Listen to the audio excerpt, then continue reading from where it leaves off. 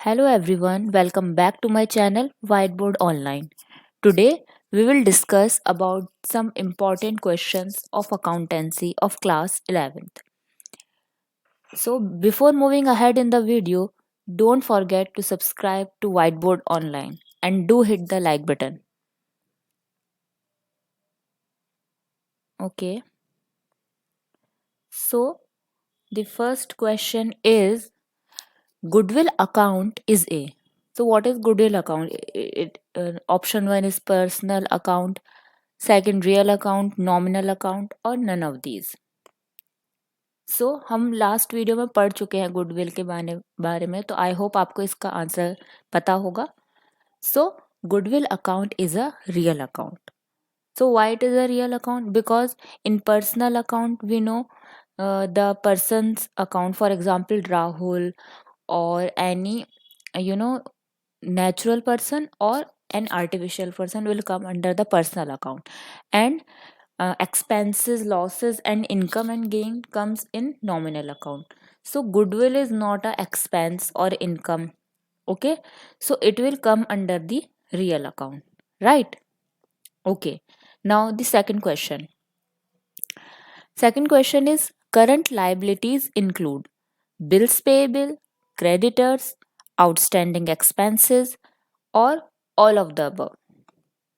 So, current liabilities will include all of the above. Okay? Because bills payable is a liability, creditors is also a liability, and outstanding expenses is also a liability. So, all of the above. Now, basic function of financial accounting is to record all the business transactions, interpret financial data, assist the management, and none of the above. So the basic function is to record all business transaction. Option A. Okay. So जितने भी questions मैं आज आपको करवा रही हूँ, right, बहुत ही important है एग्जाम पॉइंट ऑफ व्यू से. सो बहुत ध्यान से करिएगा. ऑल्सो मुझे कमेंट में बताइएगा कि आपका क्या स्कोर रहा. ठीक है, तो आप साइड बाय साइड नोट करते जाइए कि आपके कितने क्वेश्चन सही जा रहे हैं, कितने गलत जा रहे हैं. Okay. Which of the following is not a long-term liability? First, creditor, term loan, debenture, capital. कौन सा इसमें लॉन्ग टर्म लाइबिलिटी नहीं है? राइट. सो क्रेडिटर हमारी लॉन्ग टर्म लाइबिलिटी नहीं है. लॉन्ग टर्म लाइबिलिटी मतलब 1 साल से ज़्यादा तक जो हमारी लाइबिलिटी रहे वो हमारी लॉन्ग टर्म में आएगी. तो कौन सी नहीं है ये बताना है हमें, तो इसलिए इसका आंसर हो गया creditor. Right. Now cash, goods or assets invested by the proprietor in the business for earning profit is called. जो भी कैश, गुड या असेट प्रोप्राइटर इन्वेस्ट कर रहा है बिजनेस में, जिसमें मोटिव क्या है कि उसको प्रॉफिट अर्न हो, तो उसको हम क्या बोलते हैं? प्रॉफिट, कैपिटल, फिक्स्ड असेट और none of the above. So answer is capital, option B. Okay. Now which of the following will not be recorded in the books of accounts? Sales of goods, payment of salary, quality of staff, purchase of goods. So the answer is quality of staff. Quality of staff क्यों? क्योंकि हम इसको monetary terms में convert नहीं कर सकते हैं, right? इसलिए क्योंकि अकाउंट्स में हम सिर्फ जो मॉनेटरी में हम मॉनेटरी टर्म्स में जो जिसको कन्वर्ट कर सकते हैं वही रिकॉर्ड कर सकते हैं, right? Okay. Bookkeeping is an art, a science, both an art as well as science, or none of these. So the answer is C. Both art as well as science. ठीक है. क्यों है ये ऐसा?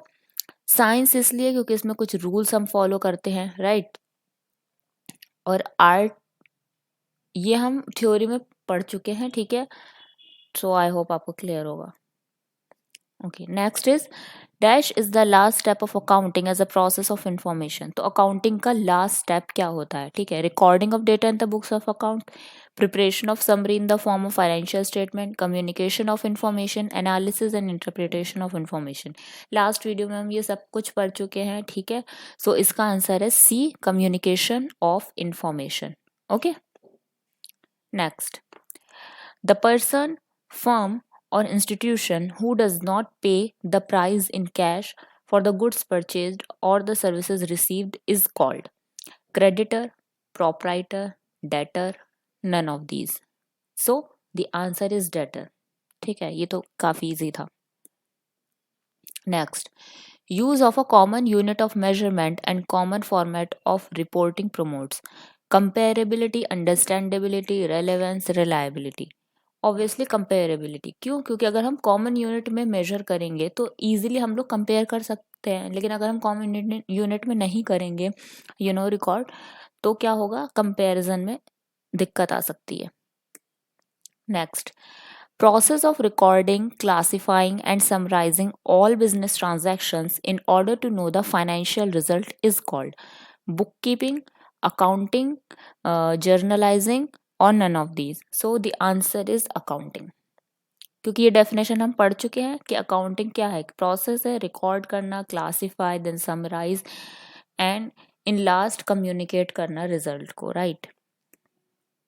Next, which qualitative characteristic of accounting information are reflected when accounting information is clearly presented. ठीक है, तो कौन सा करेक्टरिस्टिक होगा वो, कंपेरेबिलिटी, अंडरस्टैंडेबिलिटी, रेलेवेंस और reliability. So the answer is understandability. देखिए, अगर आप लोगों ने थ्योरी अच्छे से पढ़ी होगी तो आपको ही बहुत इजीली आप लोग आंसर कर पा रहे होंगे इसको. आप लोग खुद बताइएगा मुझे कमेंट में कि आपको परेशानी हुई इन सब में या नहीं. ठीक है, और कोई भी दिक्कत आ रही है तो आप एक बार फिर से थ्योरी पढ़िएगा. एग्जाम पॉइंट ऑफ व्यू से बहुत इंपॉर्टेंट है ये, मैं रिपीट कर रही हूँ इस बात को. Okay, which of the following is not a business transaction. कौन सा बिजनेस ट्रांजेक्शन नहीं है. First, bought furniture of ₹10,000 for business, paid for salaries of employees ₹5,000, paid son's fee from her personal bank account ₹20,000, paid son's fees from the business ₹2,000. So the answer is C. क्यों, ऐसा क्यों है? क्योंकि उसने fees अपने personal account से पे करी है, ना कि बिजनेस के अकाउंट से. ओके, जो चीज बिजनेस के विद इन बिजनेस प्रेमिसेस हो रही है, ठीक है, बिजनेस के अकाउंट से हो रहा है या जो भी है, तो वो हमारा बिजनेस ट्रांजैक्शन होगा. पर्सनल अकाउंट से कोई मतलब नहीं है बिजनेस को. Okay, sundry creditors account is a revenue account, capital account, liability account, none of these. So the answer is liability account, क्योंकि क्रेडिटर हमारी लाइबिलिटी है, क्योंकि हमें पे ऑफ करना होता है उनको, right. The thing which is purchase and sold in the business is called machine, furniture, goods, debtor. So the answer is goods. क्यों? क्योंकि बिजनेस में जिस भी चीज में हम लोग डील कर रहे होते हैं उसको गुड्स कहते हैं. फॉर एग्जाम्पल, अगर हम लोग फर्नीचर में डील कर रहे हैं तो वहां पे उसको फर्नीचर नहीं बोलेंगे, उसको गुड्स बोलेंगे. लेकिन अगर हम लोग का फैब्रिक का बिजनेस है, राइट, और हमने फर्नीचर रख रखा है अपने उसमें ऑफिस में, तो वहां पर फर्नीचर को गुड्स नहीं बोलेंगे, क्योंकि हम वहाँ फर्नीचर में डील नहीं करते हैं, हम लोग कपड़ों में डील करते हैं, तो वहां पे उसको गुड्स बोलेंगे. So I hope this is clear. जिस भी चीज में आप डील कर रहे हैं वो गुड्स है. फॉर एग्जाम्पल, आप आयरन का काम कर रहे हैं, आयरन को you know purchase sold out कर रहे हैं, तो वहाँ वो गुड्स हुआ. किसी भी चीज़ का बिजनेस कर लीजिए, जिस चीज़ में आप लोग डील करते हैं उसको गुड्स बोलते हैं. ठीक है, so this was the last question. Okay, I hope आप लोग को वीडियो अच्छी लगी होगी, एंड मुझे कमेंट सेक्शन में ज़रूर बताइए कि आप लोग को का स्कोर कितना रहा है. ठीक है, और वीडियो अच्छी लगी होगी तो लाइक करिए, शेयर करिए और चैनल को सब्सक्राइब करिए. ऑल्सो मुझे आप लोग टॉपिक्स बताइए, मैं उसी के ऊपर उसी टॉपिक से रिलेटेड एमसीक्यूज आप लोग के साथ डिस्कस करूँगी. ठीक है, और भी कोई डाउट है तो उसी टॉपिक पे हम लोग नए वीडियो बनाएंगे और आप लोग के साथ डिस्कस करेंगे, साथ में पढ़ेंगे. ठीक है, तो आज के लिए बस इतना ही. Keep learning, keep growing. Thank you so much.